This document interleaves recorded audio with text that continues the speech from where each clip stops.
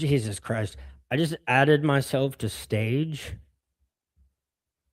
If no one's been able to hear me the whole time, this is why I need to have a crash course in here and how to stream properly. I hope that wasn't just quiet but just to streamline it, UFC Macau, 13 fights.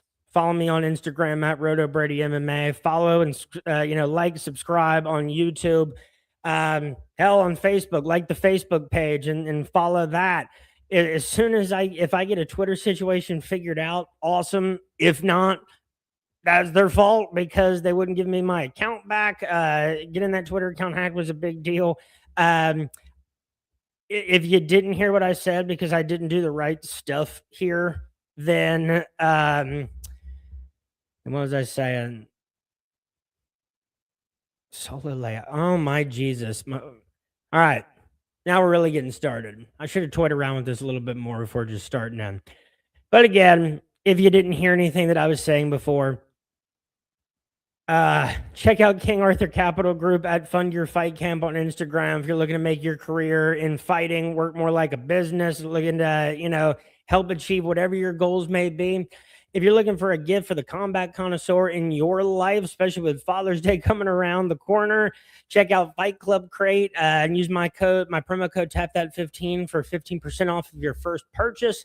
And check out substats.app.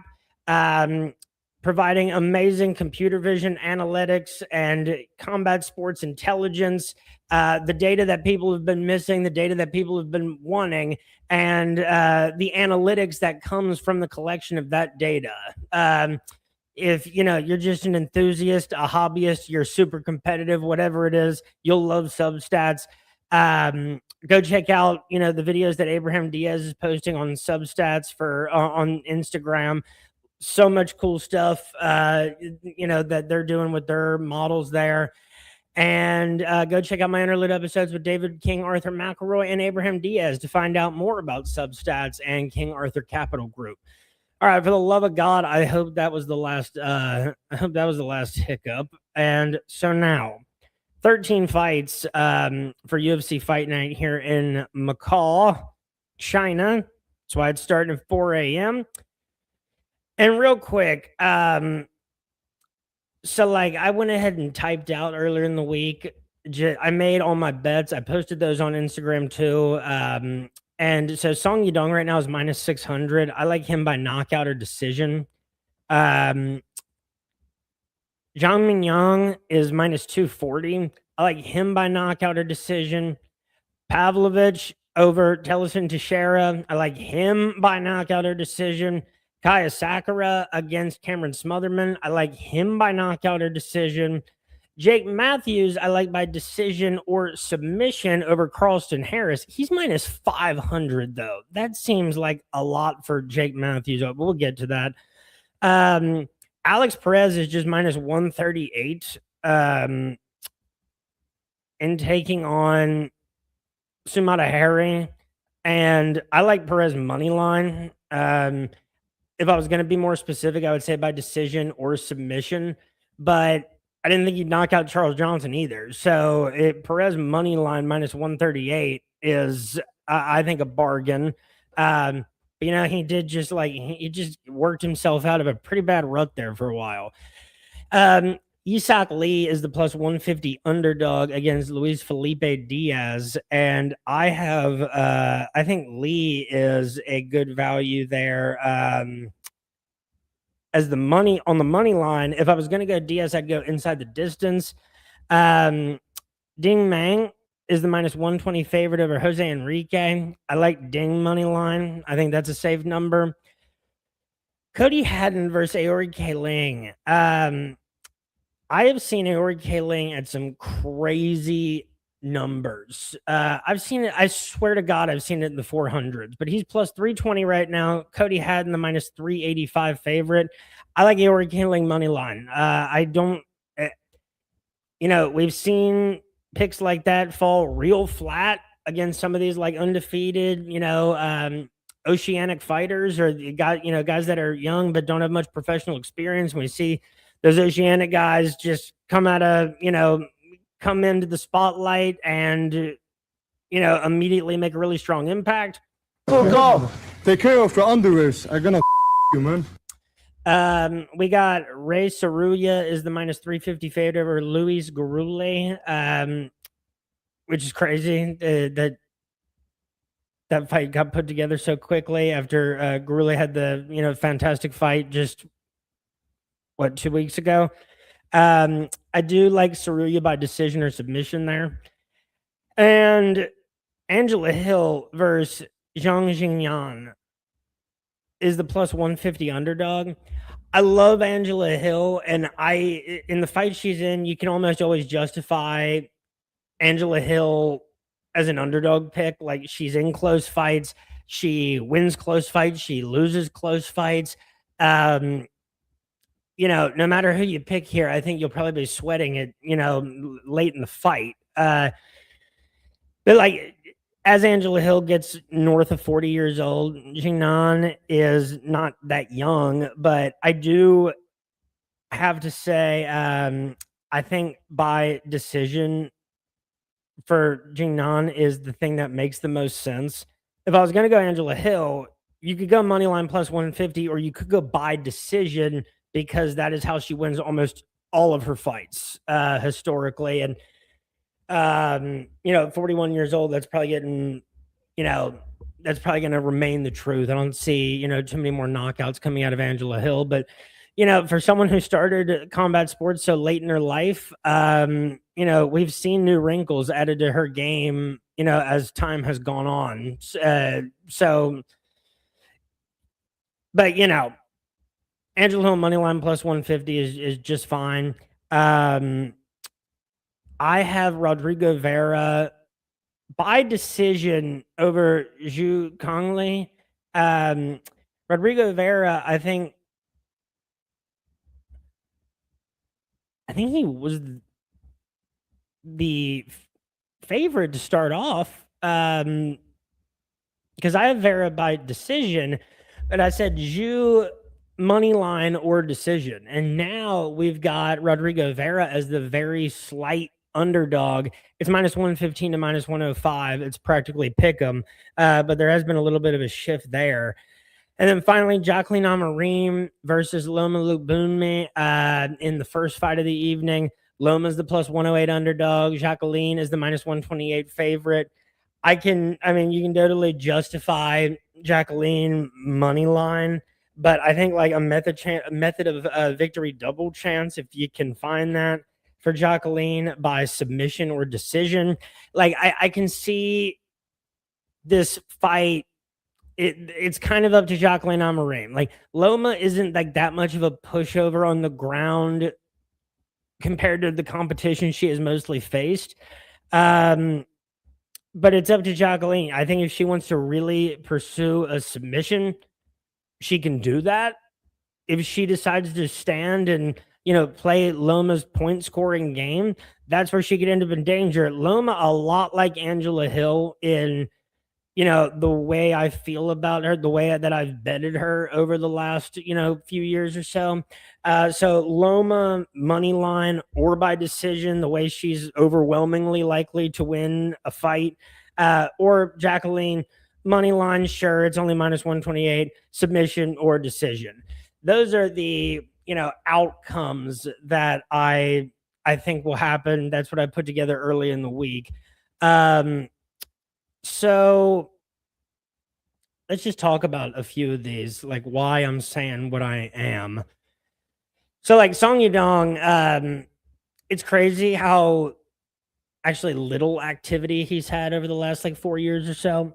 I mean, like a little bit over 4 years ago, his was 4 wins ago for him, 7 fights, and that was a win over Marlon Moraes. That's how long ago that was. He got finished by Corey Sandhagen. He finishes Ricky Simone. He beats Chris Gutierrez by decision, loses what was a close fight with Piotr Jan, 3 rounds, 29-28 on all 3 scorecards.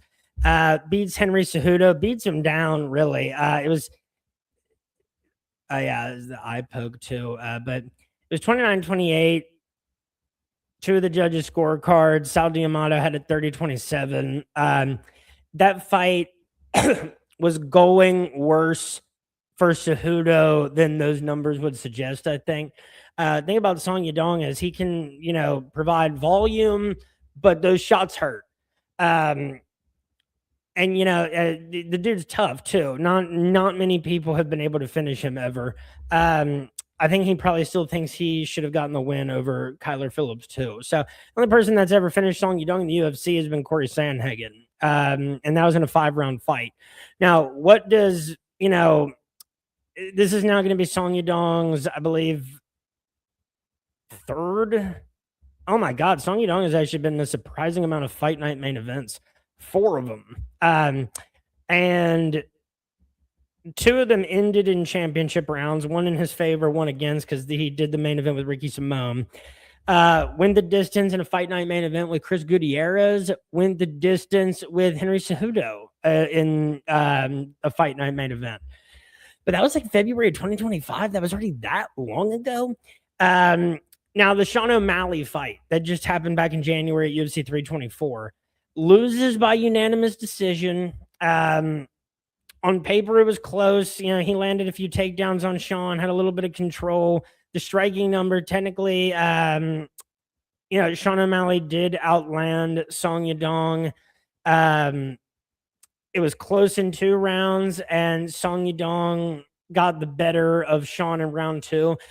A lot of people, it was a very close fight, and I think when there's a close fight that Sean O'Malley's a part of, people don't like to take his side, or just historically people haven't taken his side.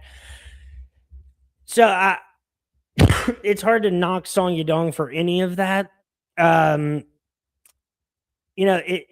Classic case of there's been 3 dudes to beat Song Yadong since March of 2021. And only 4 people in the UFC in total. He's beaten Cheeto Vera. He's beaten, Casey Kenny, Julio Arce, Marlon Moraes, Ricky Simone, Chris Gutierrez, Henry Cejudo. And so, Cejudo is one, but still like a in their prime dude who's at the top is still kind of a looted song, like a win over them. But it has taken Corey Sandhagen, and then by finish, and then Piotr Jan and Sean O'Malley in very close decisions. 2 of the best in the world. That's what it's taken to beat Song Yadong, and he is not old. Deiveson Figueiredo is about 10 years older. Love Deiveson Figueiredo. And you could have said the same thing for him, especially at flyweight for a long time. Just such a weird thing to have 4 fights in a row with the same dude. And, after that, it's kind of hard to figure out what you do next. I mean, we thought Deiveson Figueiredo was going to be, a longtime champion of the flyweight division. And, people just keep coming along. This division keeps growing. So Deiveson Figueiredo has 1 win in his last 4 fights. He was able to beat Cheeto Vera in because he won 3 bantamweight fights in a row when he moved up over Rob Font, Cody Garbrandt, and Marlon Vera. But now he got beaten pretty bad by Piotr Jan over the course of 5 rounds. He got finished in the 2nd round by Corey Sandhagen, absolutely shut out in that one. He was able to beat Montel Jackson by split decision. And then he just lost to Umar Nurmagomedov back at UFC 324 by unanimous decision too. I think the biggest debate here is Song Yadong by decision or by knockout. And this part is up to Deiveson Figueiredo. I think it's going to be really hard for him to, take Song Yadong down and keep him there. Not only is Song Yadong, pretty good at managing that aspect of the game, but also Song Yadong is young, athletic, strong, explosive. I think that's going to be a really tough thing for Deiveson Figueiredo to do. And if they're striking, Deiveson Figueiredo can certainly have his moments, but I really see this being death by 1,000 kind of deep cuts. I think that the damage is really going to start to add up on Deiveson Figueiredo if they, start to get into championship rounds. And I think we're looking at, maybe like a round 3 or 4 finish.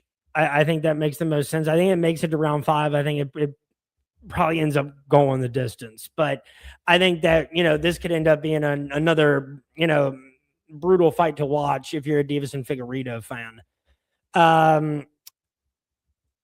So then Zhang Mingyang versus Alonzo Menifield is a little bit more manageable for Zhang Mingyang, and they're doing it in China again. Where they did, his last fight against Johnny Walker, and like it's hard to tell with Zhang Mingyang because he's a big light heavyweight, but he's 19-7. It's not like he was ever untouchable or anything. And what to make of his first 3 wins in the UFC, counting the road to UFC win over Tuco Tokos. Then he beat Brinson Ribeiro, Ozzy Diaz, and Anthony Smith. Knocked out Anthony Smith in the first round, knocked out all those dudes in the first round. But Anthony Smith is the only one there that doesn't make me go. And Anthony Smith, by that point in his career was, eons and eons away from his best. Yeah, I mean, so it was a first round knockout, 63 strikes to 10. So then you go up against Johnny Walker, where most people were looking for him to win this. And I want to see what the odds were before that fight started. So, when he lost to Johnny Walker, he was the minus 370 favorite. So keep that in mind. But yeah, that was Johnny Walker's first win in, since May of 2023, when he had that little 3-fight winning streak over Ian Cutelaba, Paul Craig, and Lionheart. It's been just such a roller coaster for Johnny Walker. You have little stretches where it looks like, maybe Johnny still can, make it to a point where he's contending at light heavy. And then, the fight with Dominic Reyes wasn't a great one. Ends up losing by split decision. I mean, if he had won that, I wouldn't have done a lot for him, but you would have just beaten Dominic Reyes and you'd probably be taking a little step up. Your name would still be in there. And now Johnny Walker is moving up to heavyweight to fight Ante D'Elia in August. All right. So Zhang Mingyang got caught and knocked out by Johnny Walker. And now we got to figure out who Zhang Mingyang really is. And it's pressure. You're back in China. And now Alonzo Menifield, who was born in 1987. He is more than a decade older than Zhang Mingyang. Shorter. They got pretty much the same reach. Menifield, it's crazy that he has a win over Ed Herman in the UFC. The best dude he's ever beaten, Paul Craig, Misha Serkinov, perhaps, Jimmy Crute, Dustin Jacoby. I love Julius Juicebox Walker, who has been on this podcast before. But that was, not a good performance from Alonzo Menifield, and I know Juicebox wants that one back. Alonzo Menifield got knocked out by Azamat Murzakanov, by Carlos Olberg, just got knocked out by Volkan back in November. We're getting to the point where Alonzo Menifield's almost 40, and he was able to beat Umar Sy by unanimous decision. He was able to get that split decision over Julius Walker. Umar Sy, a guy that has had just 3 entry-level wins in the UFC, very entry-level, and has lost to both the guys that he's fought with name recognition. Alonzo Menifield can beat you in, a handful of different ways for sure, but he's certainly susceptible to getting knocked out by people with knockout power, especially as, he gets up there in age. So, is that why, did I say Zhang Mingyang by knockout or decision? Yeah, I said knockout or decision. I guess I don't know why I did that.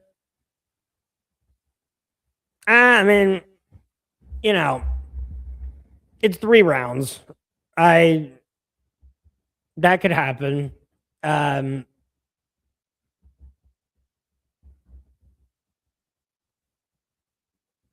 just heard a cat meow. And our cats are not in our house right now. I'll worry about that later.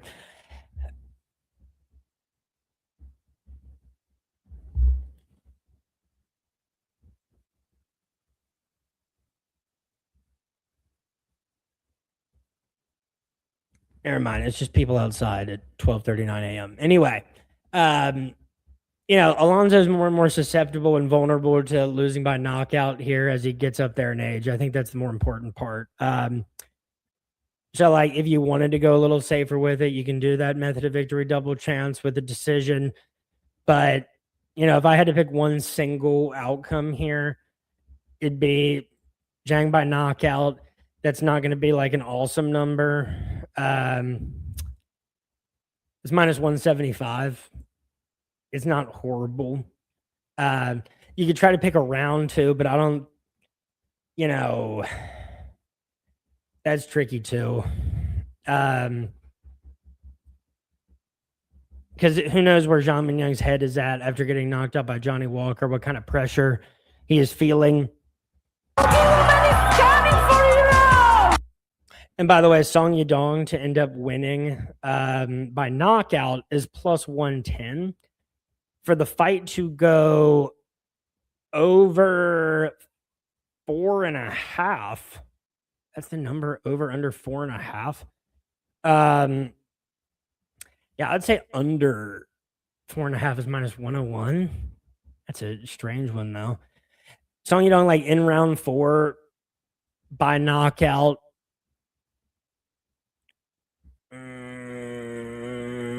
That's plus 1,000. Take a look at that. Anyway, talk about some of these other ones. So, Talashin Teixeira versus Sergey Pavlovich.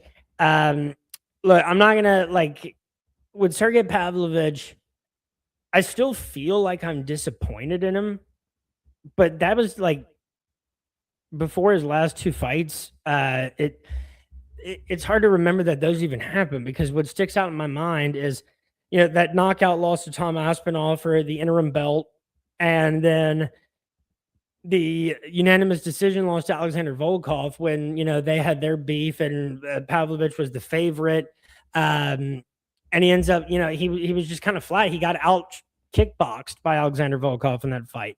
But before that, it was like a 1, 2, 3. It was a 6-fight knockout winning streak, all in the first round over the likes of Derek Lewis, Tai Tuivasa, and Curtis Blades back, a few years ago.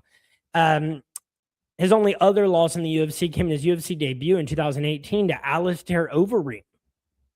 So that's not too bad. He's coming off 2 decision wins against Jairzinho Rozenstruik and Waldo Cortez Acosta. Those are 2 very talented guys standing up in their own right. Waldo, younger, very athletic, former pitcher in the Reds organization, very good boxer. Jairzinho, obviously, world-class heavyweight kickboxer.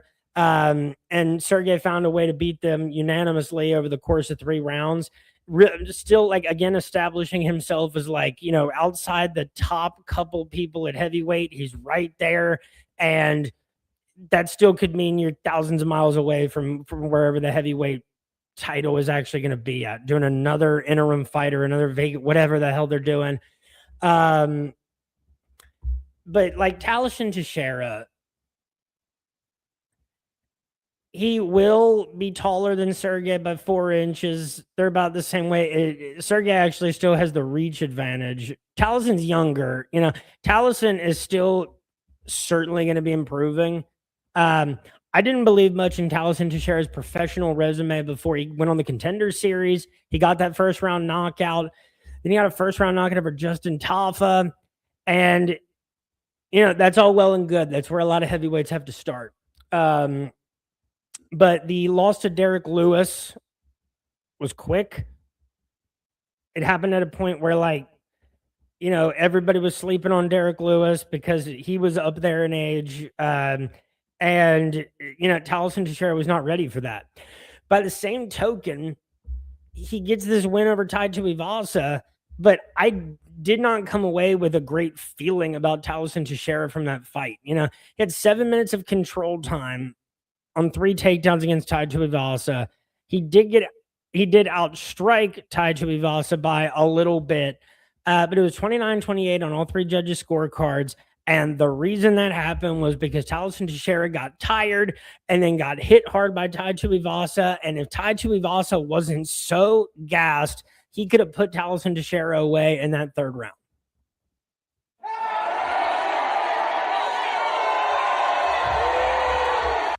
So, there is a reason that Sergey here is, a minus 600 favorite.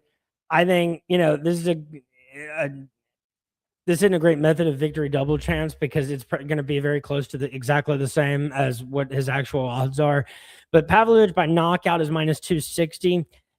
Pavlovich by decision is plus 450. Now, I think it's much more likely that he knocks out Teixeira than it was that he would Waldo or Jairzinho Rozenstruik. But it seems like Sergey, has a little bit entered into a little bit more of a cautious period. Maybe some of those, losses changed him a little bit. But just, off of history, I see why the assumption is knockout. But, he has just been a lot more careful, reserved, cautious, and it's worked out for him over the last two fights, and he's right back in a good position. Taliesin Teixeira is getting fed. It'd be impossible to watch his last two fights and say that he is ready to be like one fight away from like right there in the mix at the top of heavyweight. So, I mean, he can definitely prove a lot of people wrong, but I think Taliesin Teixeira. Fuck off. Take care of your underwears. I'm gonna you, man. So, that's what I think of that one. Asakura versus Cameron Smotherman. Like, Asakura is and I'm repping Ryzen tonight, as you can see. Asakura, the minus 255 favorite. Smotherman plus 215 is the underdog. And Smotherman, it hasn't been a good time in the UFC. He's 12-6 now. He's lost 3 of 4 fights. The only win was against Jake Hadley, October of 2024, which isn't a bad win. That's a good win. From anybody. If I see they've beaten Jake Hadley, it says something about you. Jake Hadley didn't have a horrible time in the UFC, and he hasn't had a horrible time in PFL.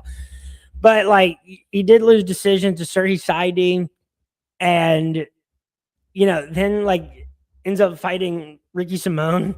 Then just like 1 month later, I assume in some sort of replacement situation, loses that by decision. Respect him for going into that. And then the loss that really got me, that had me off the Cameron Smotherman train for quite some time, is just like that Contender Series loss to Charlampos Gregorio back in August of 2023. I am not a Charlampos Gregorio fan. That fight with Chad Anhelinger and Toshiyama Kazama. I ended up getting subbed with the triangle after having Kazama hurt. So that's not a loss I like to see. And people are going to dump all over Asakura because he's lost his first 2 fights in the UFC. The first fight was for the title against Pantoja, which was another head scratcher of a flyweight title matchup. And then he gets subbed by Tim Elliott. Well, first of all, if you don't think there will be no disrespect of Tim Elliott. I don't care if Tim Elliott is 50 years old. I think that he could still beat ranked flyweights in the UFC. He's as crafty and as veteran of a flyweight as we have in the UFC. The thing is, Asakura still is not old, and he was born in 1993. He's 21-6 as a pro, 13 wins by knockout, 5 by decision, 13-3 in total in Ryzen. It's just like the activity level between New Year's Eve 2023, where he knocked out Juan Archuleta for the Ryzen bantamweight title, and then he fought almost a year later, December of 2024, against Pantoja, and then like 8 months later against Tim Elliott. So the activity hasn't been awesome, but like in Ryzen, the only people that were able to beat him, because he has wins over Starboy, he has wins over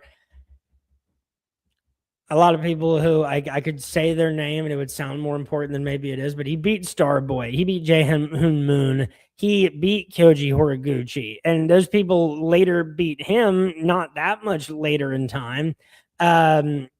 he's beaten Hiromasa Ugikobo, who he did then lose to at Ryzen 33. And Ugikobo right now is a champion in Ryzen.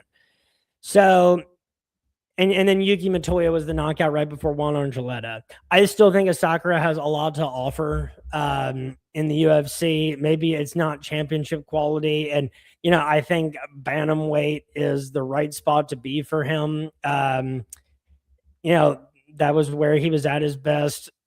And Smotherman has one career win by submission, 6 combined, all of his losses in his career are by knockout or by decision. He hasn't really fought somebody who's like a knockout threat like Asakura in the UFC. I guess Sergey Saidi, technically, most of his wins are by knockout, but that has not been the way fights have been going since he joined the UFC ranks. So I like Asakura by knockout or by decision. I'm also going to be rooting for him. I, want more respect on that dude's name. Yeah, I wonder if we'll ever see a trilogy with Kai Sakura and Starboy. I wonder if we'll ever see actually Starboy fight for the flyweight title. Is it Muhammad Makayev, I think, is about to fight he's about to fight in something at bantamweight, another promotion out there. When's that guy going to be back? Are we going to play this silly game forever? Anyway, love Kai Sakura. Give that guy a round of applause there. And then let's see here. Jake Matthews and Carlston Harris. This was a tough one because the bookmakers are asking you to put a lot of confidence in Jake Matthews. And he's always been a tough case because, the wins are not against good names. The most recognizable name there is, either Li Jiangliang or Diego Sanchez in 2020. So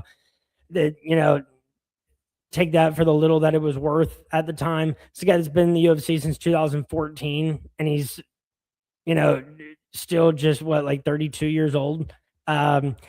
He has won 3 of his last 4 fights. He's won 4 of his last 6. Those wins were over Chidi Njokuani, Francisco Prado, Phil Rowe, and then Darius Flowers going back to the 4th. 2 finishes, 2 decision wins. Importantly, so the last knockout he got was against Andre Fiallo, and he has not had many knockouts in the UFC. 2? Yeah, he's had 2 in 12 years. Mostly been submissions and decisions. And that makes it difficult because Carlston Harris, his last 2 losses, all 3 of his UFC losses have been by knockout. And how to interpret it is he got finished by Shavkat Rakhmonov. All right, you're not going to, blame him for that too much when Shavkat was actually fighting, a few years ago. Harris had, then lost by knockout to Chaos Williams, May of 2024. He got knocked out by Santiago Ponzinibbio. Guys that are lower on the totem pole in total, but they have name recognition, maybe a little older or on losing streaks. But those are guys that are known for knocking people out. And that's just not Jake Matthews. So it's not, a situation where the favorites, top means of winning over his career is where his opponent has been the most vulnerable. And Carlston Harris, has some good wins in the UFC over the course of the last 5 years. Impa Kasangane, for what he ended up going on to do in PFL, beat friend of the podcast Jared Gooden by unanimous decision. His last win was a submission over Jeremiah Wells. It's just I think Carlston Harris is on the border of what Jake Matthews can handle. I'm surprised to see him so much of a favorite. You can easily justify Carlston Harris plus 375 because this is, I think, a way closer matchup than we're getting, giving him credit for. And, Harris might be approaching 40 years old, but he's pretty big for the weight class. He has a 76-inch reach for this weight. And Jake Matthews has a lot of mileage on him. 30 pro fights and as many as he's had in the UFC. There is certainly a path to victory here for Carlston Harris. It would probably involve some takedowns or, landing a hard shot. He'd have to be opportunistic, but I get why Jake Matthews is the favorite, and I think that most reasonably it's like Jake Matthews by decision, and you could do a method of victory double chance here by Matthews by decision or submission. Matthews by knockout is plus 175. Maybe he gets the third UFC knockout, his third UFC knockout in a 12-year period. It is where Carlston Harris has been the most vulnerable, but against people who are, a lot better at finishing people like that. Matthews by decision is plus 225, and by submission is plus 325. I think you can probably get a pretty good number for that method of victory double chance. If you're going Carlston Harris, just go money line plus 375. I think that makes plenty of sense. You're saying to that confidence level that Carlston Harris can't beat Jake Matthews. I understand that his last two losses were submission losses to Neil Magny and Michael Morales. Michael Morales wasn't able to knock Jake Matthews out. That fight went the distance. That's very impressive for considering all the people that Michael Morales did not allow to go to the judges' scorecards. I understand those are his last two losses. But the two losses before, so he lost a decision to Matthew Smellsberger, December of 2022. He did get subbed by Sean Brady. Again, can't blame him too hard for that. But losses to Anthony Rocco Martin, Andrew Holbrook, Kevin Lee, James Vick, going back in time. And again, you would still call Jake Matthews' best win one of his last three. And that's a good thing to have. But that Rostam Akhman, Emil Meek, Diego Sanchez, Andre Fiallo, and Darius Flowers run, just you got to wonder what Jake Matthews' ceiling is. And, I don't think Carlston Harris is beyond that, but it's right there. It's right there. And so Jake Matthews been minus 500 is surprising. It's just hard to know what to make of Carlston Harris. This old, hasn't won a fight in, what is quickly approaching 3 years. And, at his age, getting knocked out twice in a row. He hurt Santiago Ponzinibbio, though. That was a close fight going into it. The other thing is Santiago Ponzinibbio is older than him. I don't know how old Chaos is. Born 1994. So pretty similar to Jake Matthews. That was a tough one to come to terms with. Alex Perez versus Sumata Harry. I don't know where this one...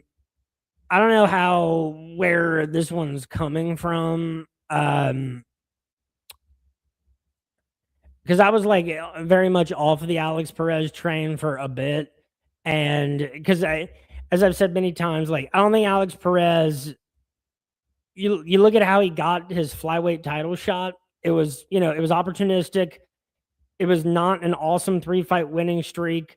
It wasn't a good winning streak, that impressive before he lost to Joseph Benavidez, and it wasn't an amazing one, when he got the title shot against Figueiredo. And after the Figueiredo fight, we see him lose 5 of his next 6 fights, with the one win being a knockout over Matheus Nicolau, April of 2024. Gets knocked out by Tatsuro Taira, gets submitted by Asu Almabayev, and shocks us all with a knockout over Charles Johnson, a dominant performance against Charles Johnson at UFC 324.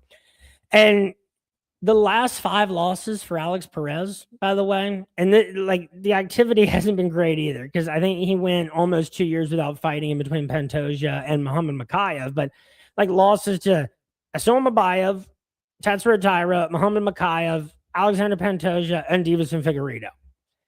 2 flyweight champions, 1 or 2 guys that on any given night, if they got the chance again, or got the chance for the first time, could be, could wear that flyweight belt. And then Asu Almabayev, who's just a good fighter in the rankings of the UFC flyweight division, who's only lost 1 fight in the UFC, and that was to Starboy. So Alex Perez's losses, while they weren't optically awesome, they were to high quality opponents. And the Charles Johnson knockout had some true new life for Alex Perez. And Sumata Harry is going to be a lot bigger. He's just 2 inches taller, but he will have a 6-inch reach advantage. He is 4 years younger. He's on a 3-fight winning streak. He himself has a loss to Charles Johnson by unanimous decision, where Charles Johnson got a knockdown, got submitted by Tim Elliott, submitted by Matt Schnell. I would say the best win on his record is either Malcolm Gordon, Kevin Boras, or Jesus Aguilar. He's on a 3-fight decision winning streak. He got taken down 6 times by Mitch Raposo and ended up winning by split decision. It was a really nice win over Kevin Boras, and then it was a 30-27 win over Jesus Aguilar. And that's a good spot to be in.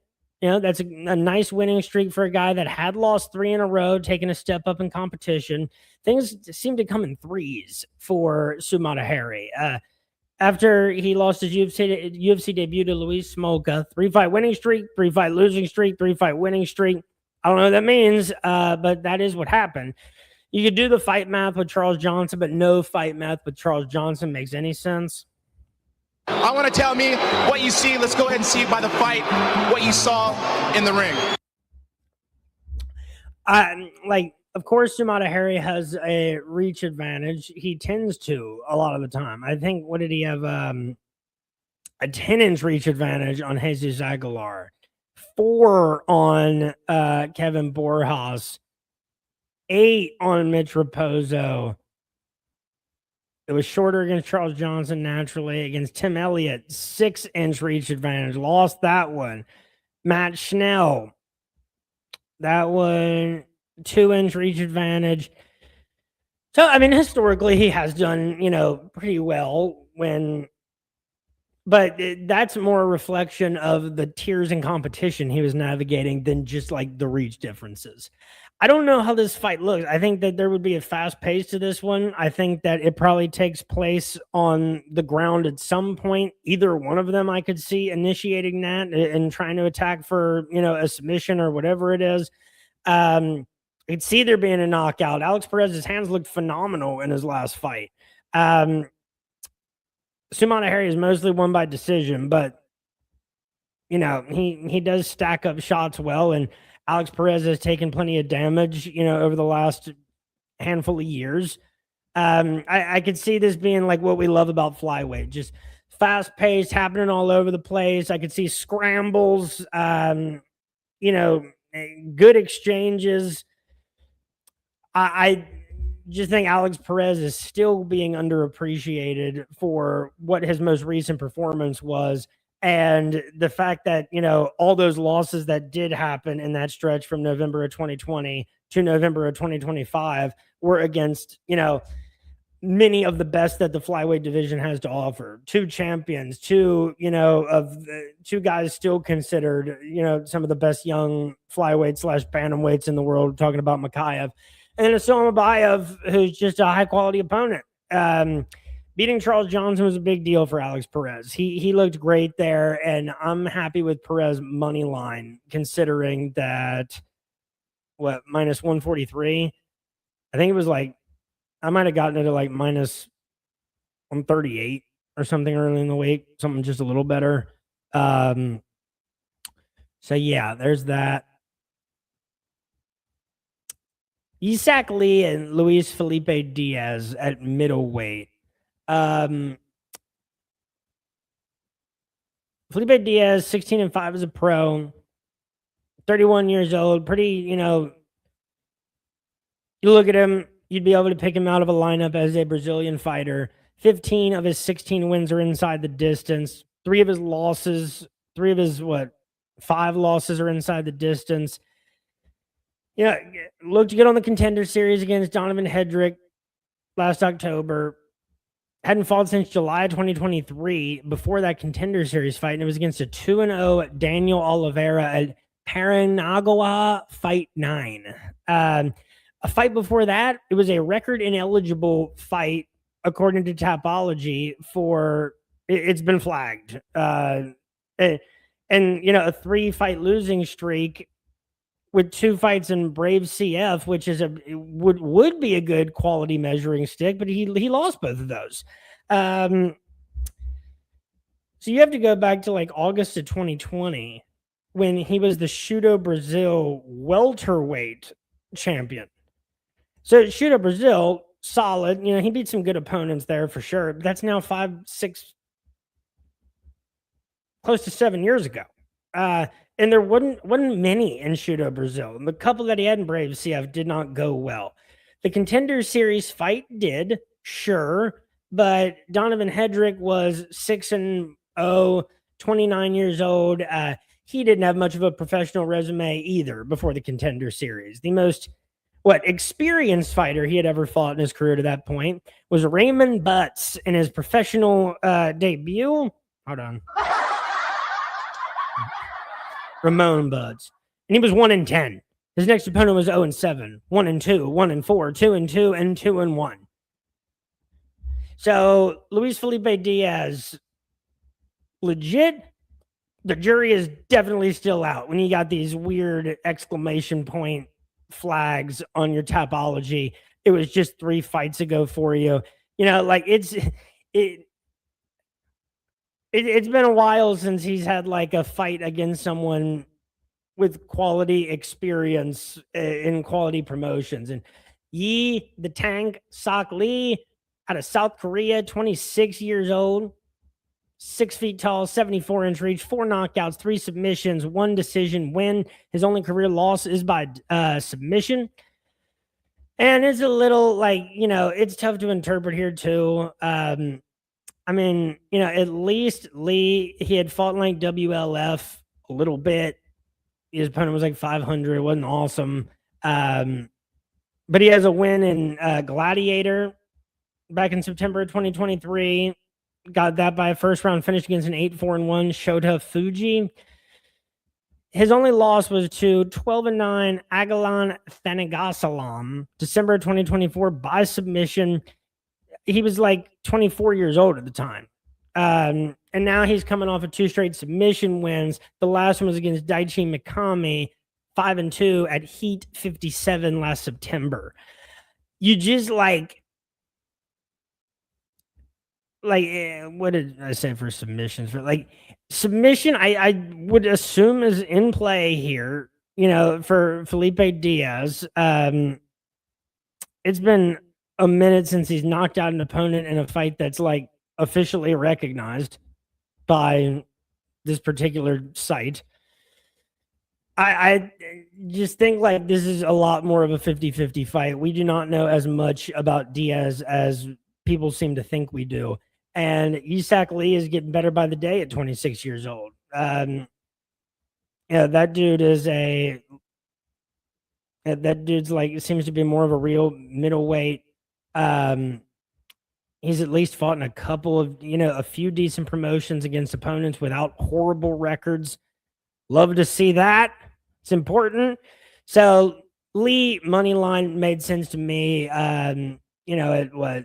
Plus 150, when I think this is like more of a pick'em thing, but I get why Diaz is favorite. I just don't really agree with it.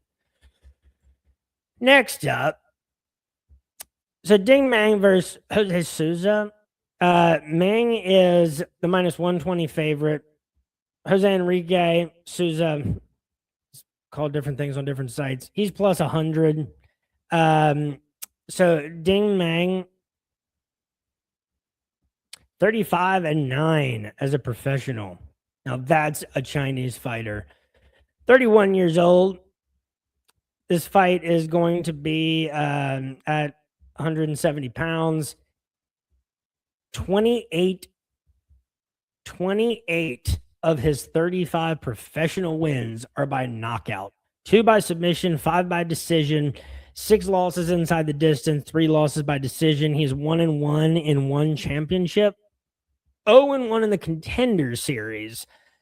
So just to take a little bit of a timeline here. So a lot of his, many of his early fights, I have no idea what to make of. And this happened like a decade ago, against opponents with records of nothing and nothing in WLF and something called Chinese MMA Super League, which sounds phenomenal. But he took 3 losses pretty early in his career. And then kind of got into some Fight Nights Global, started to see a little bit of quality in the promotion he was with there too. He has some pro kickboxing experience, but fought with, won for the first time in March of 2019, got a knockout, returned to Chinese MMA Super League, but then lost 2 in a row, got finished in both of those. That was his second one fight against Zheng Lu. fights in JCK Night Cage Series, that promotion. That's a solid place to be. He's only lost 3 MMA fights since January of 2021. There's been a lot of activity in between then. 2 of those fights were to the same dude, Kurbangyang Tuluo Sabaki. But he won the JCK tournament championship May of 2022. Ended up fighting in JCK more against opponents with actually good, rare 22-11. So ultimately gets a knockout over Tuluo Sabaki for the JCK welterweight championship October of 2023. Lost by decision to Rami Hamed on the Contender Series August of 2024. Then all of that leads me to uncertainty.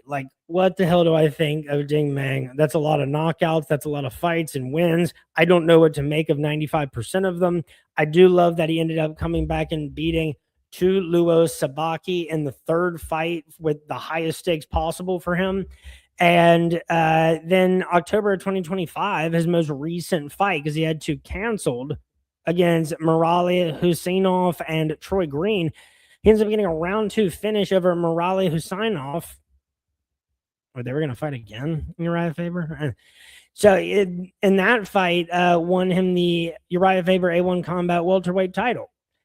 While Jose Enrique, whatever what each site wants to call him. First of all, he has one of those here, I'll share my screen for a second.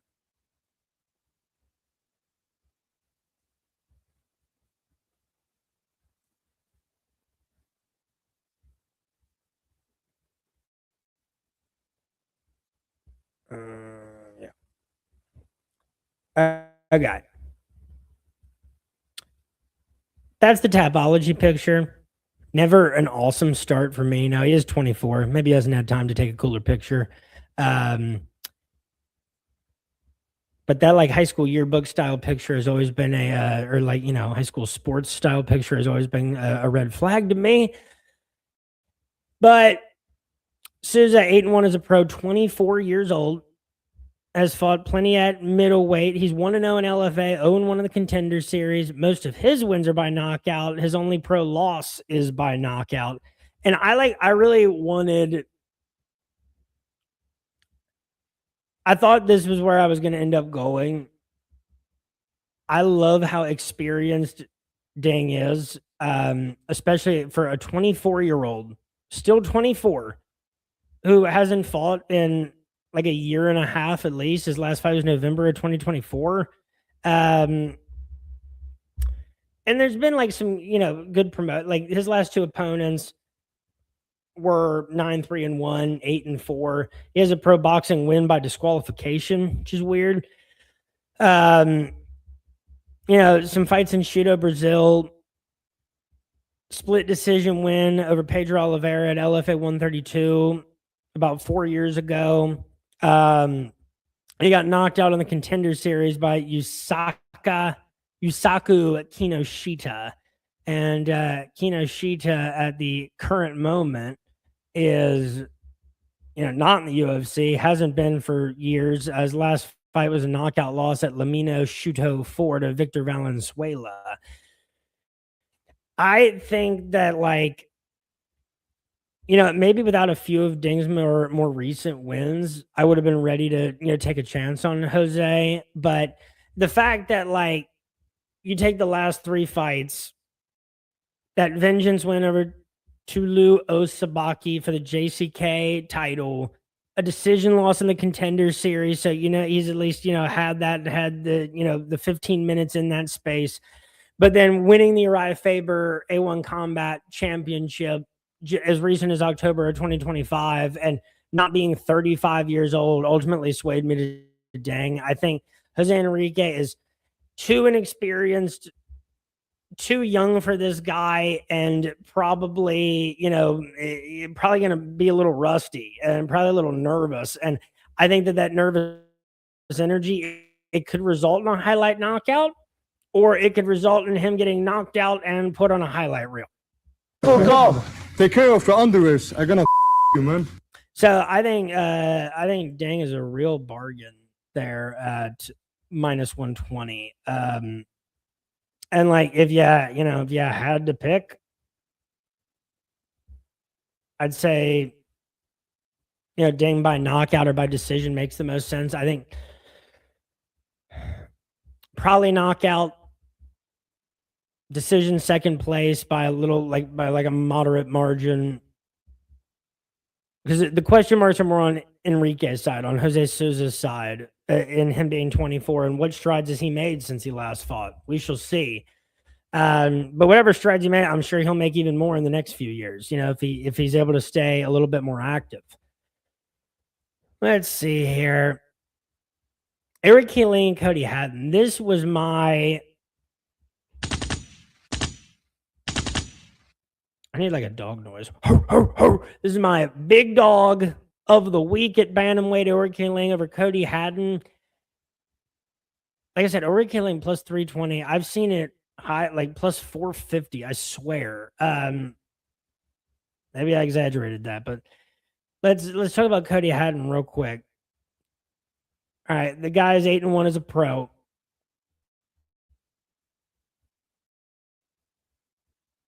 Hold on. Comes to us out of Australia. He looks younger in this picture on Tapology than he's 27 years old.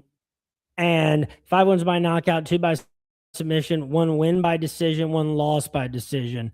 1-0 in the UFC, 1-0 in the Contender Series, and was the former Hex Fight Series bantamweight champion. The hell, Tapology? Oh, you're trying to tell me about cigarillos for some reason. So he was the interim bantamweight champion, then won the vacant bantamweight title for Hex Fight Series. Those two opponents did have a combined record of 28, 19, and 1, but that's what that tends to look like over there. Also had a good record in Eternal MMA. Which he hasn't fought with since 2022, but this is where Untouched doesn't. His whole amateur career was spent with Eternal MMA. Never lost there. I think he finished every fight inside the distance. Awesome. Beat Billy Brand on the Contender Series. Okay, what's Billy Brand? Billy Brand is now I think 6-4. Yeah, 6-4 as a pro. And so you don't know exactly what that means. And then he beat Dan Argueta by unanimous decision October of 2024. Has not fought since then. Had a couple of fights canceled against Alexander Taporia and Malcolm Wellmaker. Now, Aori K. Ling, a lot of pro fights for this guy. He is fighting in China. He is from Inner Mongolia, China. I didn't know that was a real geographic location. 26-12, this guy, 32 years old. 9 wins by knockout, 1 by submission, 16 wins by decision, and 1 loss by knockout, 3 by submission, 8 by decision, 4-4 in the UFC, 13-4 in WLF. So a lot of different colors at play here on the Tapology page for Eric K. Ling. Just to go back to 2019 where he was the WLF. Oh, I didn't even say it about Cody Hatton. His 1 professional loss is to Steve Ercik by decision in Eternal MMA. So I don't know. As a guy coming into the UFC, it's almost like you're undefeated if the only guy that you've lost to is Steve Ercik. But I think everybody in Australia, no matter what you weigh, has fought Steve Ercik at one point in their life. There's been plenty of losses for Eric K. Ling. It's been a long career. He fought Kai Kara France in WLF Wars in 2017. There's a lot of custom rules bouts, too, that China's real into. So there's definitely been plenty of losses, but he was the WLF Wars champion in 2019. Yeah, both bantamweight. As they're going blurry here, it is late. Enters the UFC, loses 2 in a row by decision to Jeff Molina and Cody wins 2 in a row over Cameron Ellison and Jay Perrin. In fact, go check out my recent interlude episode with Jay Perrin. Knocked out by Ayman Zahabi. Decision win over Johnny Munoz. No contest with Daniel Marcos. Decision loss to Raul Rosas Jr. Now he's coming off a round 1 knockout against Cody Gibson October of 2025. This is just going to be a real test for Cody Hatton. This is his 9th professional fight. And Eric K. Ling has fought 8 times in the UFC, and he's fought really good fighters outside of the UFC years and years ago. I know that there seems to be a ceiling to who Eric K. Ling can beat. Cody Gibson, Johnny Munoz, it hasn't been the highest. And like the losses to Jeff Molina and Cody Durden, the Durden loss wasn't like as bad at the time either. And Ayman Zahabi, look what has, happened to that guy, in the time he's been allotted over the last couple of years. And Raul Rosas Jr. is one of the, brightest prospects of the weight class too. So I know like it's been mostly like guys on the border of the UFC or guys that kind of maybe like up there in age for Eric K. Ling, but like for him to be that much of an underdog against a guy who for his contender series fight and his UFC fights, there's still plenty to wonder what he has right now and how much better he might be. This is going to be a real test. It's a real difference of experience. So yeah, I think on that justification, I like Eric K. Ling as the, bigger moneyline underdog. Shop around because I think plus 320 is probably as bad as you could do right now, finding a number for him. And this is on Bet Online.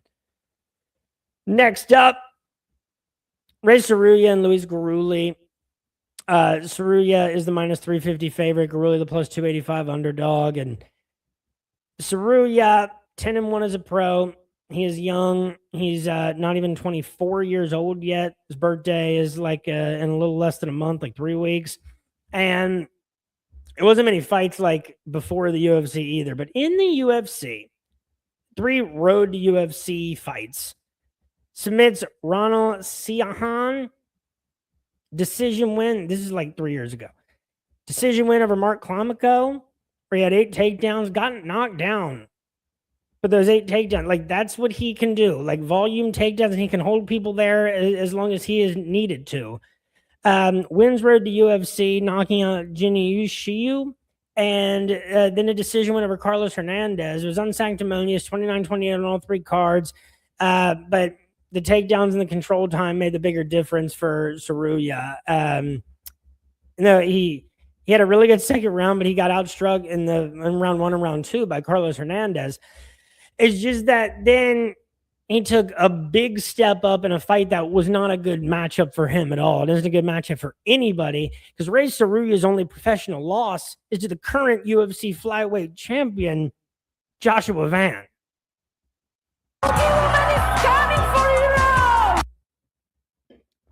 And to his credit, obviously he lost in the striking department that, people knew that was going to happen. He got outstruck in every round.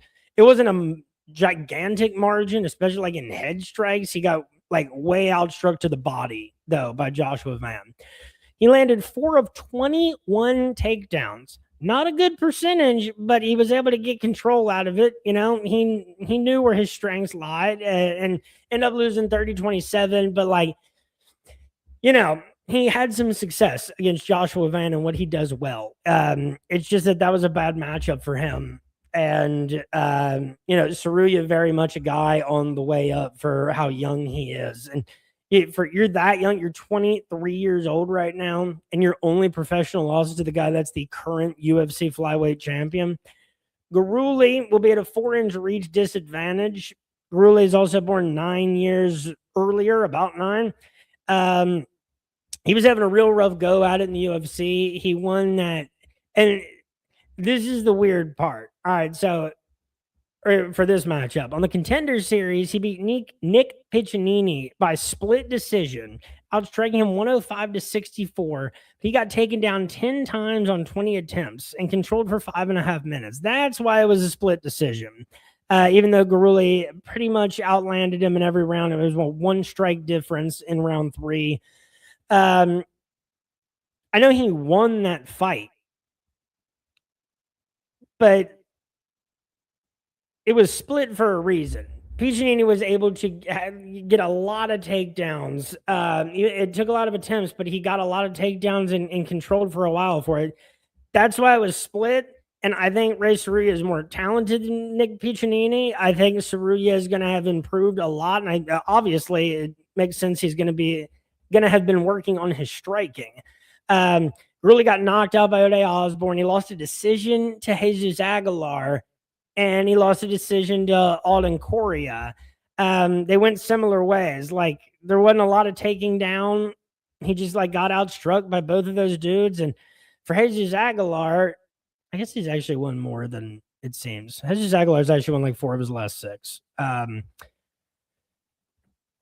Correa isn't a bad loss either. He's 2-0 in the UFC. The other win over Alessandro Costa.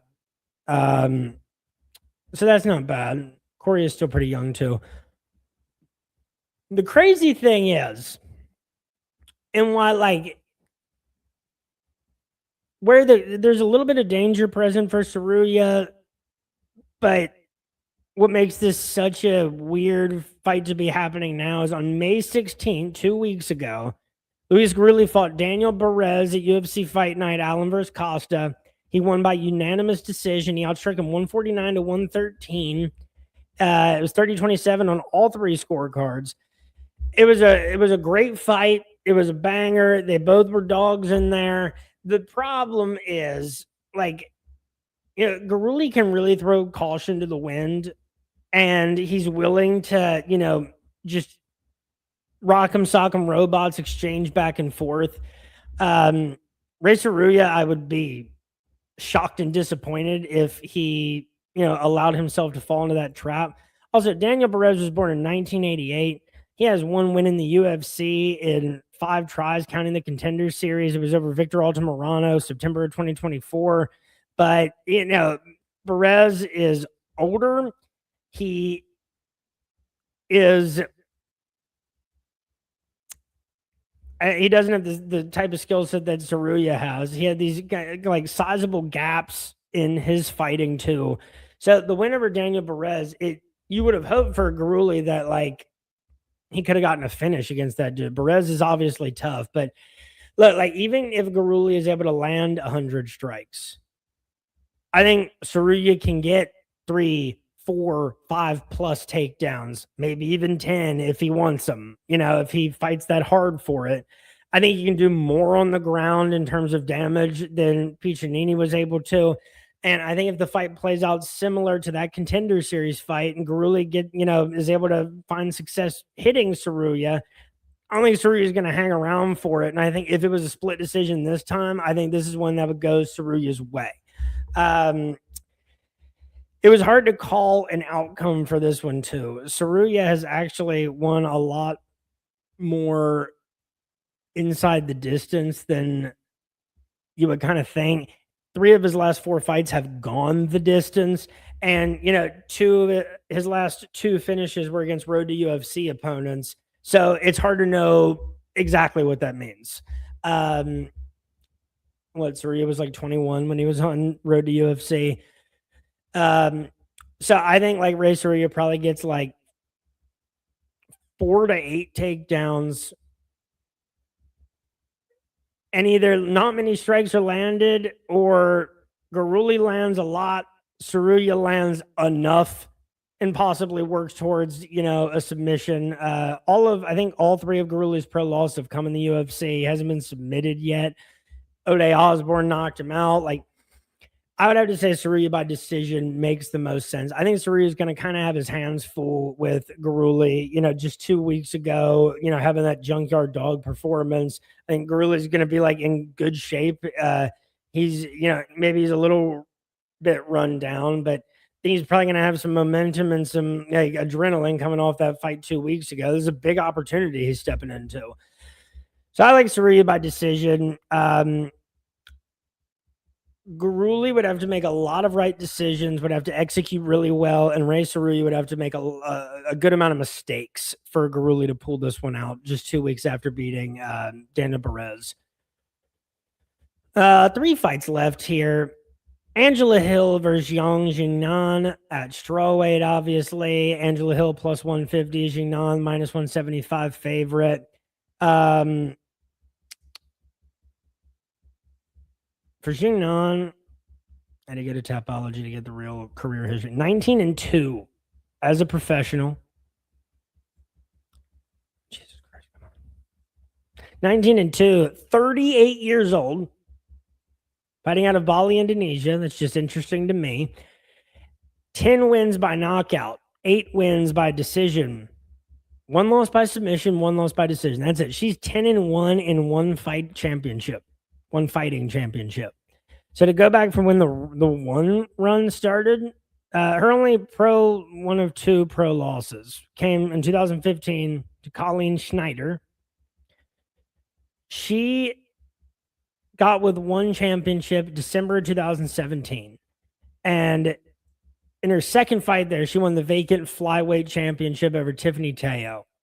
Defends it 3 more times in a row. Laura Ballin, Samara Santos, and beat Angela Lee to defend the flyweight title.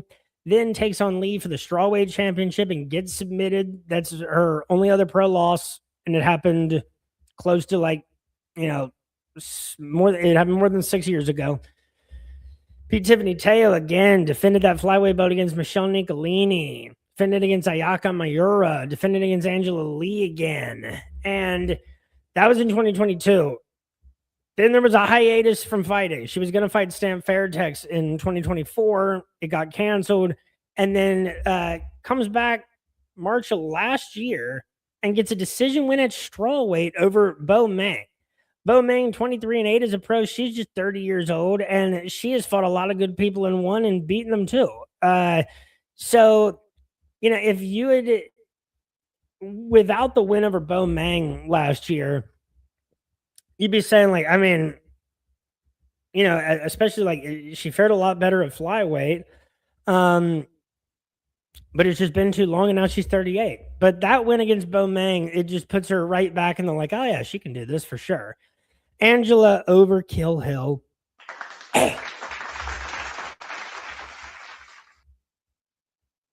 Now, Angela Hill is 18-16 as a professional, 41 years old, pretty much exclusively at strawweight. She is not big, 13-16 in the UFC, and nobody cares because people like Angela Hill. 4-0 in Invicta. Her pro career started in 2013. I guess she was 1-0 as a professional when she got on the Ultimate Fighter and lost to Carla Esparza. And she's fought every good strawweight practically that the UFC has ever had. She fought Rose and Carla and Tisha Pennington. She wasn't in the UFC for a second. That's where she went to Invicta, ended up winning and defending once the Invicta strawweight title. It's back in the UFC. Fights Jessica Andrade, loses, but beats Ashley Yoder, Mariana Moroz, loses to Courtney Casey and Nina Nunes, loses to Ronda Marcos and Zhao Yan. Jody Escobar, she beat her by decision. Got 2 finishes against Ariana Carnelosi and Hannah Cyphers, beat Luma Luke Boonmay by decision. 2 straight split decision losses to Claudia Gadella and Michelle Waterson Gomez, a.k.a. the Karate Hottie. Beats Ashley Yoder again.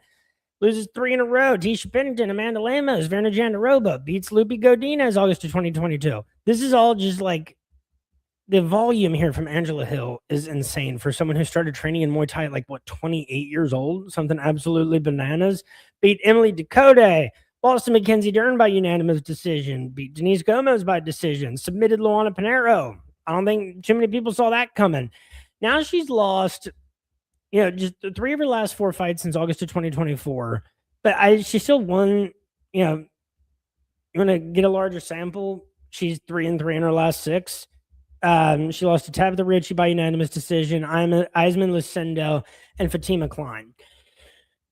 Definitely not bad losses. Fatima Klein is like a great up-and-comer at strawweight. Angela Hill was a plus 430 underdog going into that one. Those aren't bad losses. And in total, Angela Hill, 12 wins by decision, 14 losses by decision. Her only 2 inside the distance losses are by submission. She has 6 inside the distance wins, 5 of which are by knockout. To beat Zhang, it's probably going to have to come by decision. She got submitted by Angela Lee, and I don't think this Angela is going to be able to pull that off. But here's the thing: like, I think Zhang is bigger. She's a little bit younger. The mileage is kind of similar for both of them, but Angela Hill's fought 34 times in a microwaved pro career, and I don't know, like Zhang probably has a few more ways to win. But in total, like, do you think that this fight could end up? I mean, like, for Zhang, 1, 2, 3, 4, 5. Her last 5 wins in MMA came by decision. That dates back like 6 years, but had plenty of inside the distance wins before that. I think the most likely outcome here is Zhang by decision. I'm glad that we get to see her at least for some period of time in the UFC. This is another tough ask for Angela Hill, but doesn't seem like she turns any of those down. And I would be all over Angela Hill if Zhang had not fought since 2022, but she has, and she beat someone that is quite respectable. So Zhang by decision or Angela Hill money liner by decision. I definitely think this fight. I think there's like a 95% chance that fight goes the distance. And if it doesn't, it's probably on the side of Zhang too. 2 fights left. We got featherweight Rodrigo Vera against Kang Zhu. And like I said, Vera, I think, was the favorite earlier in the week. And now he's a very slight underdog, minus 105. This is practically pick 'em. And I liked Vera as a favorite, and I like him now. He's 21-1 as a professional, 30 years old. 1-0 in LFA, 11-0 in FFC, 5-0 in 300 Sparta, which always has some question marks, but 10 wins by decision, 8 by knockout, 3 by submission. His only career loss is by decision. He has not lost since May of 2019 at Combate 38 to Eduardo Torres. Let's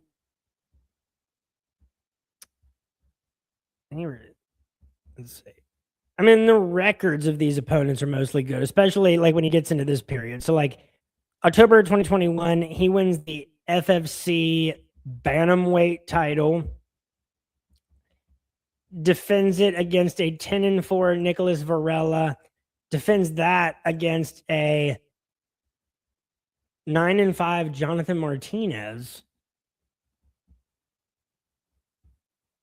Not the Jonathan Martinez of the UFC. I had to check real quick because I was like, oh, that's a pretty good one.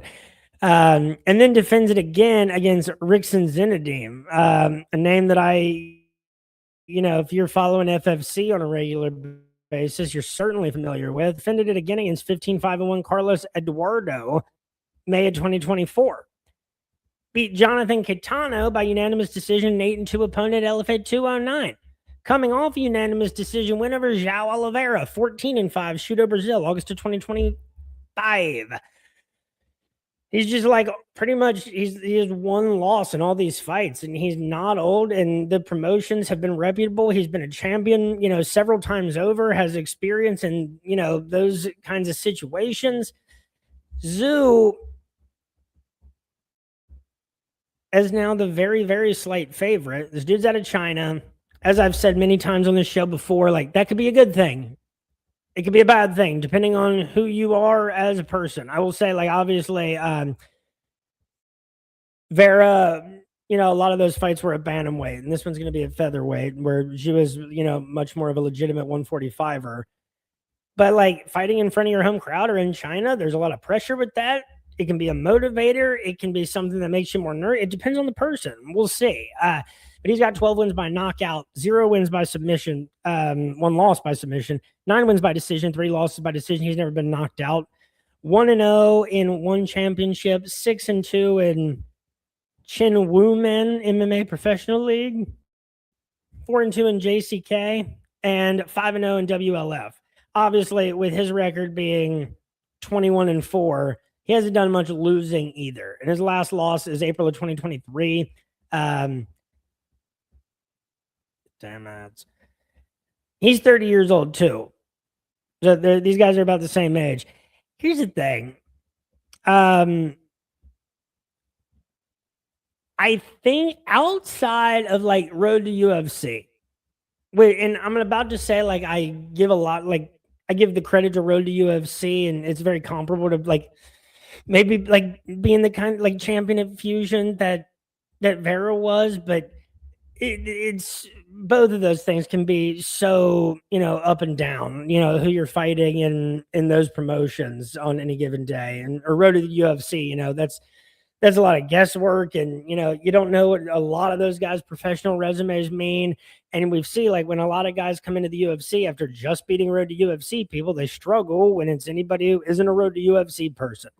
His last 2 wins are by split decision in Road to UFC, and that takes us back to like May 2024, and it was a split over Shin Haraguchi and a split over Ben Jai.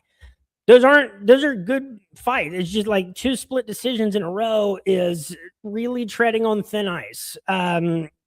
Just a couple things go different. Those both could have been losses.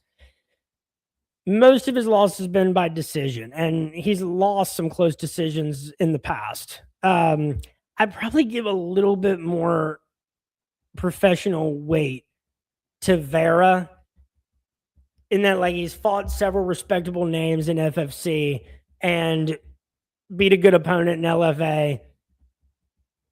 I think it edges it by a bit. There's just a lot more here with Zoo that I don't know what to think of it. WLF, as much as I love the guys that come from there, and JCK too, like with so many Asian MMA, feeder promotions or regional promotions, you just don't know where someone's at, and it doesn't necessarily mean much if a guy is 7-11 and 40 years old. Like it doesn't say as much about a guy from Japan or South Korea. It does not mean that guy sucks. It just like he might be good, just like maybe he lost 11 in a row. You see these things. You see it with the Polish guys too, and like KSW and Octagon, like these dudes that get out of like Polish prison with their whole body tatted up, and they're just like one ball of like Polish muscle. They're 20-20. They're 44 years old, and they're the main event of like a KSW or Octagon card.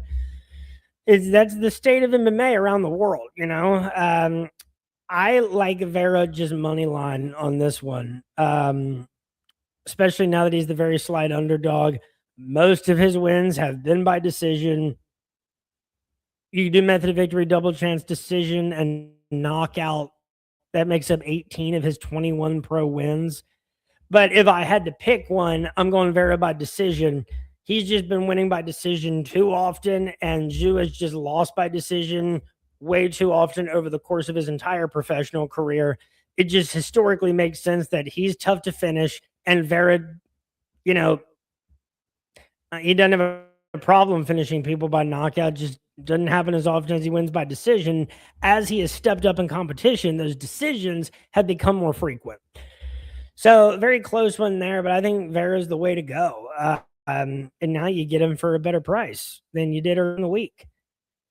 And now to the last fight here, or the first fight of the card that'll be kicking off at 4 a.m. I know no one has seen this, but I needed to do this because this was rough, and this was a learning experience. Glad I'm putting this together. I hope that you can hear it. Like I got to go back and actually see what happened on this. But anyway, first fight of the night is going to be Jacqueline Amarim versus Loma Lukbunme. Loma plus 108, Jacqueline minus 128. like I said, with Jacqueline, like, it's been a good time in the UFC so far. Decision losses to Sam Hughes and to Mizuki, her last fight, and she got knocked down. She got outstruck in that one. Sam Hughes just beat her in an MMA fight, outstruck her 46-12. It was 2 takedowns to 1 for Jacqueline. She was able to knock out Montserrat Ruiz, and then she rattled off 3 straight submissions over Polyana Viana, Vanessa Demopoulos, and Corey McKenna. I like Corey McKenna, and her record isn't bad in the UFC. She did beat, Miranda Granger at least, and Kay Hansen. Vanessa Demopoulos and Polyana, those aren't like bad wins. It's just like, Vanessa ended up losing 4 of her last 6 in the UFC, and to like a few opponents that maybe she should have beaten.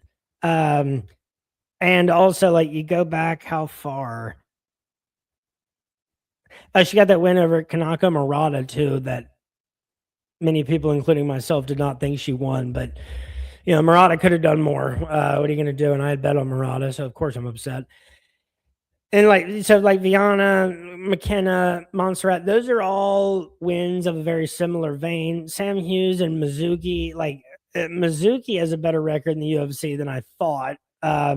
Her only loss to Amanda Lemos. She's beaten Wu Yanan, Hannah Goldie, and Jacqueline Amarim. And so Mizuki, not a bad loss to take, but it was the way she took it. It was 30-27 on 2 of the judges' scorecard, and she got roughed up.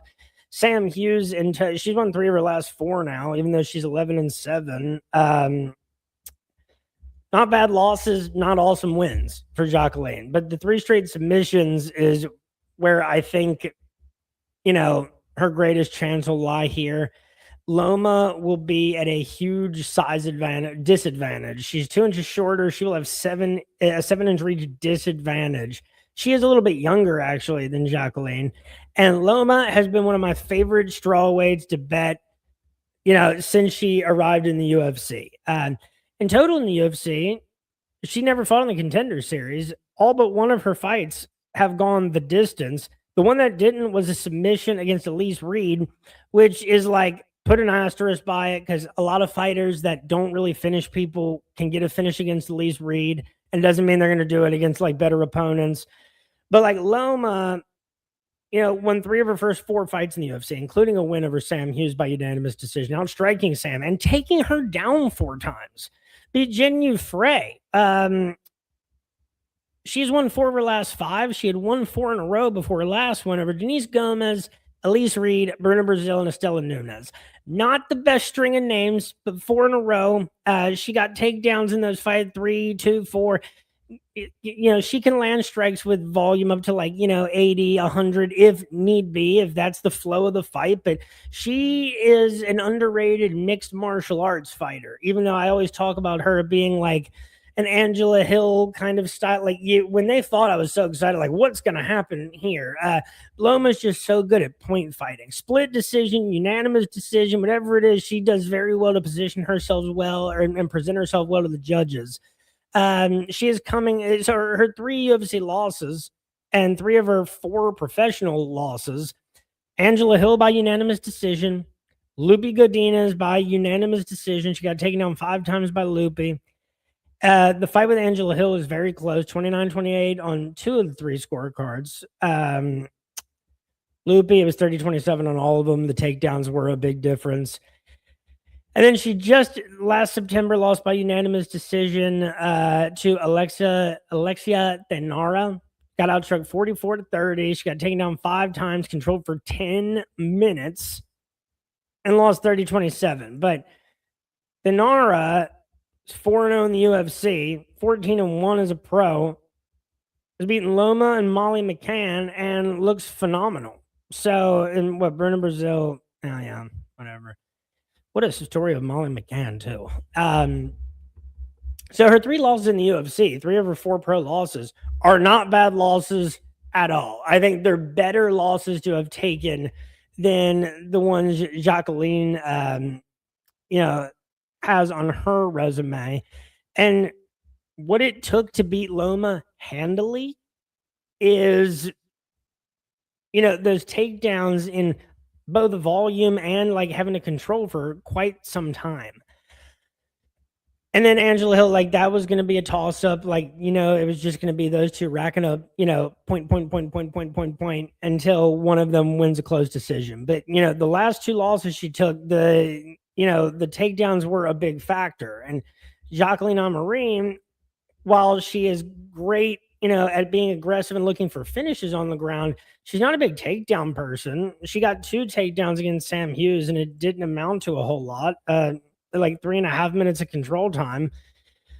And so she's never had more than 2 in a fight, and she hasn't been good at controlling people if she does get the takedown. If she was good at controlling them, it's because she finished them. But Loma has 1 submission loss. It was before she was in the UFC in November 2018 to Suwanan Boonsorn in Full Metal Dojo 16. Suwanan was 1-1 at the time. She wins 2 more fights. She goes right on and fights in Invicta and wins, and then she's in the UFC 1 fight after that, and has had a fantastic time. 7-3 in the UFC, 2-0 in Invicta. Her pro debut was in Invicta, and then she fought in Pancrase once. I love Loma, and I think if you're looking at Jacqueline, you got to think like she can hit Loma maybe harder than she's been hit before, that she can take her down and keep her there, or that she can get a submission. The last 2 of those 3 options, certainly possible. But Loma keeps getting people to sleep on her. She's very tough to beat for a lot of straw weights. She's gotten great experience in the UFC, and what has not taken that long of a time. And, like most of the time, if you're fighting Loma, you're going to have to beat her on the judges' scorecards. It's been very difficult to do that. Amorim, I just don't know what to think of her. I know what I think of Loma. I'm confident with Loma in 95% of the matchups she could get in the UFC strawweight division. With that, give me Loma, money line, plus 108. Hit it. Didn't do that all night. And like Loma by decision is plus 150 compared to plus 108. That's a pretty good value to get plus 150. You do Loma by split decision too. That's plus 900. That's certainly possible. If I'm going on Marine, I think submission is plus 225. By decision is plus 250. Could do a method of victory double chance. If I had to pick one, I'd say submission. If she just ends up being way too much for Loma to handle on the ground, it wouldn't even have to be Jacqueline getting a bunch of takedowns. It could only take one. It could take Loma looking for a takedown. It could take, just a bad situation happening through serendipity. But I like Loma by decision. So that's all 13 fights for UFC Macau. And just to show you my DFS lineups real quick. Share the screen again. I promise everybody out there I will get hopefully a lot better at doing all this streaming stuff. Just so many tools and things you can use. There's a lot to keep in order. Seems like you could do too much. I'm probably doing too little right now. But anyway, I put together 2 DFS lineups. Usually I do one each for each guy in the main event. Didn't do that this week. Just 2. As you can see, Song Yudong, Zhang Mingyang, Alex Perez, Isak Lee, Eric K. Lang, and Ding Meng. $200 remaining. Mingyang was expensive. Couple of these were pretty average price. Eric Killing was obviously super cheap. It's how I got Yudong Song, because I think Figueredo is one of the cheaper available. Over here, Song, Sergey Pavlovich, Alex Perez, Eric Killing, Zhao Jingnan, and then I went with Carlston Harris. Because in his wins too, like most of the time, he's scored quite well, and for 7,000, I think he has a better chance than that price to end up getting a win over Jake Matthews. So I took that chance. $0 remaining. Well, yeah, and folks, go check out, follow me on Instagram, as you've seen on this banner, at RotoBrady MMA, to see all the bets that I posted. I posted my DFS lineups too. I'll be, posting things as UFC Macau goes on. We got boxing, between Holly Holm and Stephanie Hunt on ESPN later. That's going to be an awesome card. I love that Amanda Serrano says she wants to fight Gina Carano in MMA. I love the female boxers that are actually fighting in MMA. So, like I said, top priority is an improvement in this streaming department, trying to diversify as Twitter has been stolen from me. And enjoy UFC Macau. Wake up early, make yourself some coffee. I'm going to be calling this Jabs and Jives. Jabs and Joe, when I end up doing one of these late night / early morning streams. Everybody enjoy the card and have yourselves a great weekend. Peace. I want to tell me what you see. Let's go ahead and see by the fight what you saw in the ring.